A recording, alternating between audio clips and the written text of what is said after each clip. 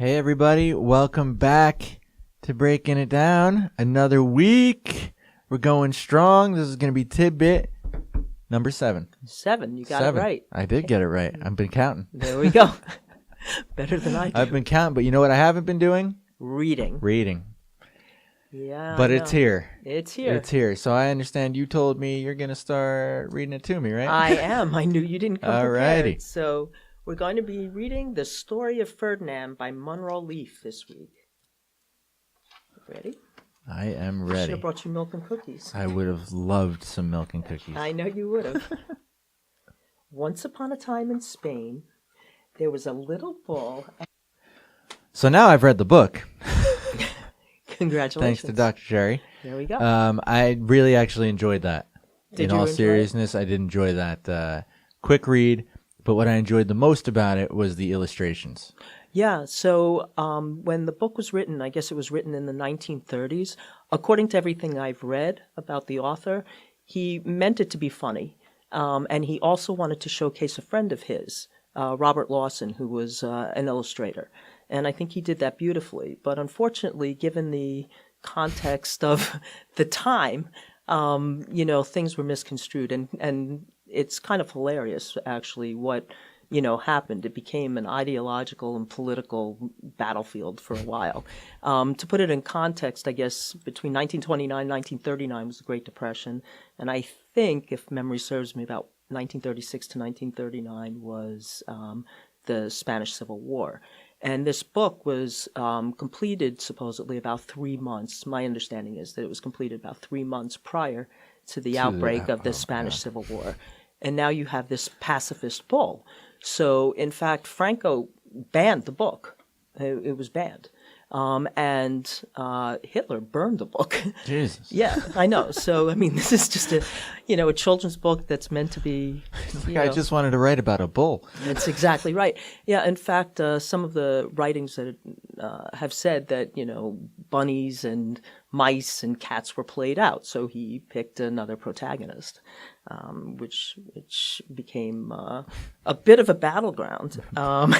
Probably helped him sell a couple copies. I'm telling you. Yeah, actually it did. I bet, yeah. Yeah. I know there was, at the time, I think a Geneva diplomat who even said that it made a mockery of, yeah. Really? Yeah. Made a mockery of peacekeeping. Yeah. I just want to Yep. write a story about a bull and his cork tree. That's it. That's exactly right. Yep. That's hilarious. So there are some interesting takeaways from this book, though. And I think one of the easier ones for me to pick out was not being afraid to be an individual. Yeah, I think that's huge. Yeah. From the very start, he knows who he is. He wants to sit under this cork tree and smell the flowers. And Minding his business. Minding his business. Day. I'm picturing the sun's out, probably. Exactly. Yeah. Yeah. And, he does what he thinks is right? And he doesn't come into conflict until much later and have to make some choices in his life, right? When he's carted off, to fight. Basically gets kidnapped. Yes, he basically gets kidnapped to go to the bullfights. Yeah, which are brutal. Yeah, from what I understand. Yeah. Have you been to? I actually have been to one. It was years and years ago. I was dating somebody who was Spanish and from Spain, and we went back to visit his family, and it's part of the culture. So they said, "Would you like to go to a bullfight?" I have always been an animal rights activist. I love animals, and I'm thinking maybe not a good idea. But I ended up going to this thing, and I didn't want to insult anybody, but I spent the entire time crying. Oh, man. It was rough. Yeah, I actually didn't know, just until reading this, that they actually stab the bulls to get them, angry. Yeah. They're Yeah. Initially, they stabbed them to try to get them to react. Yep, and there's crazy. Yeah, and it's stacked against them. Clearly, there's a series of people who get the bull ready, so to speak, for the final kill by the matador. Yeah, it's just disgusting. But in this book, spoiler alert, it's been out for about 100 years, so I'm sure you've probably heard of it by now. But in this book, the bull, in the end, makes the decision to kind of just sit down and not participate. Exactly. In the action, and I think that that's really symbolic and maybe part of the reason why people took it to be more than it was. Yes, exactly. At the time, I think he was deemed a pacifist, and therefore it was outlawed in Spain. That's fascinating. What did you take away from it? Yeah, I think that's one major thing. I think the other thing is that, you need a good support system to allow you to be yourself. And he clearly had that. I guess his mother realized that. Initially, she was worried that he wasn't, partaking in everything that the other bulls were doing. But when she realized he was content with who he was, she actually supported his actions. And I think that's an important takeaway as well. Super important. It's super important to have in your own life, too. Exactly. People around you who support you for being you. Right, and to shed those people who, may be holding you back or saying that you shouldn't be doing something or shouldn't become what you think you should do. Absolutely, absolutely. And I wonder about this. This was an American author. Yes, this is an Right. American author. Did he have to go into hiding after this came out? Well, there was a lot. It's funny because what's interesting is, I think you and I had been discussing it a little bit, was that there's no actual bullying in the book. It's more about what the social context of the time was, what the culture was, right? They're not bullying him. It was part of the their culture norm to take this bull off and, deal with bullfighting.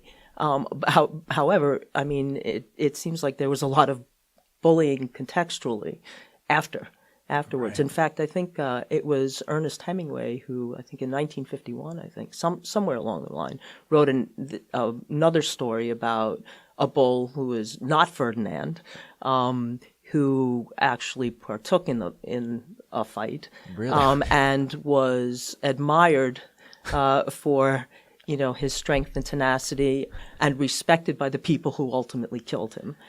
Oh, yeah, so it's an interesting. That's a super Hemingway thing to do. Exactly.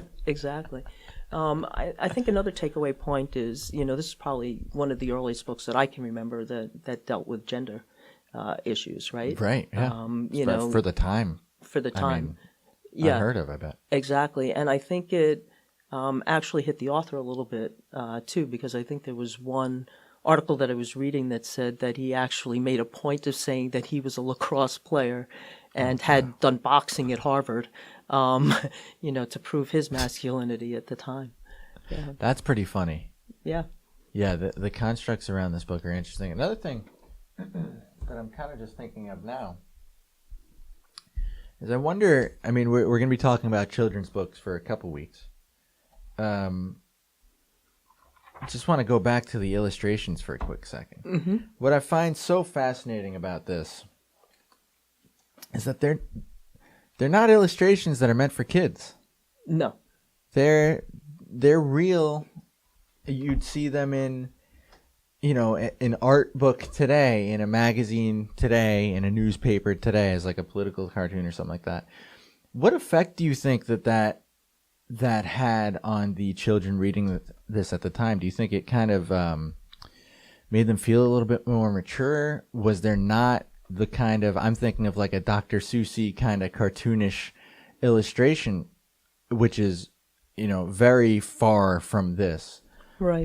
Do you think that adds something to the story too? I think it definitely adds something to the story, and possibly also contributes to the fact that maybe that's why it was politicized. Yeah, I think so. Yeah, I was just thinking it as we're looking at it. I'm like, well, yeah, I wouldn't. Oh, that's a really good point. Yeah, I wouldn't give that to my child and be like, look, happy colors.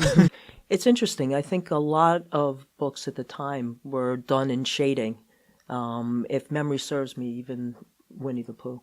Oh, wow. That is interesting. I wonder if that's like a capability thing. Even like, could they print color I in have that no kind idea. of mass? Like this is nice glossy paper. I'm sure at the time maybe that wasn't available to them. That's fascinating. Yeah, it's something we could check. Yeah, I'd like to look into that at some point as we continue this series. I wonder personally what made you come across this. Is there something that draws you to this book? It was actually read to me when I was a child. Oh, wow. So, it's interesting. I think that there are a lot of benefits to reading and rereading books. I enjoyed reading this book to my children when they were young, and watching their reaction to it. And it was interesting. I think that they realized, we talked about how it's important to support each other, siblings, etc., and how it's important to be yourself and to follow, what your interests are. So I thought it was a great thing. But it's also interesting, I think, even if you don't have children, when you read a book like this, or it brings you back to values that we sort of forget about in our fast-paced world.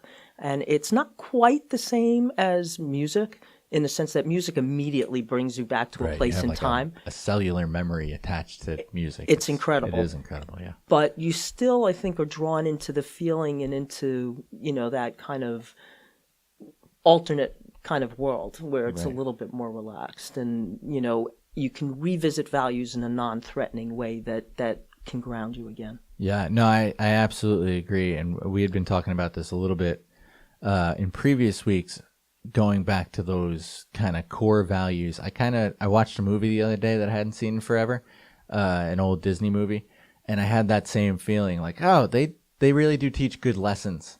Yes. In this, Yeah. Lessons that you can forget in your adult life. Exactly. So exactly. I think that's important.